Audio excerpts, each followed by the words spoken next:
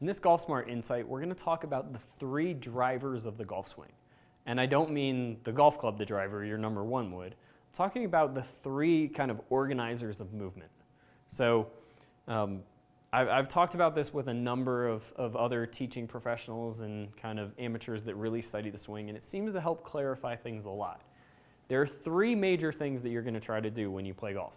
1, you're going to try to create speed, right? 2, you're going to try and direct the path of this club. So wherever this club is kind of swinging around is going to get controlled somehow.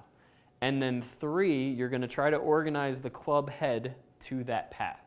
So you got power, you got path, and you got face. Those are the 3 major contributors to the golf swing. And everything that you do in your body is either going to add power, affect the path, or affect the face.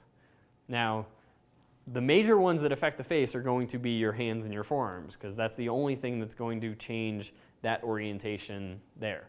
But there are a lot of things that we do with either our power sources or the way we control our path that kind of play off each other or compete with each other.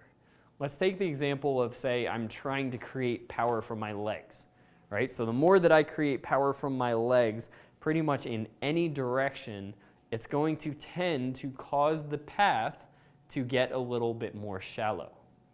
So this can be good to a certain point, right? If I do too much and I get too shallow, now I'm going to have some struggles with consistent contact out of fairways, short wedge shots. I might be great off the tee, but I'm going to have some issues.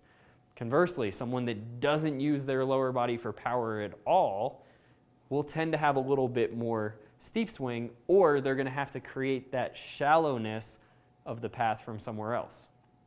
So what I like to do is think of every movement as trying to balance the scales. The scales of steep and shallow, of as much power as I can create versus getting this path correct.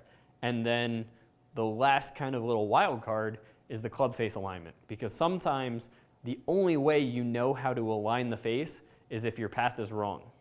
Or let's put it instead of wrong, let's say the only way you know how to get the face pointing in the direction of the target is if the path is coming across like so, versus if it's coming from the inside and you have to apply some of this rotational or gamma torque or screwdriver or motorcycle force. So this wheel around the axle.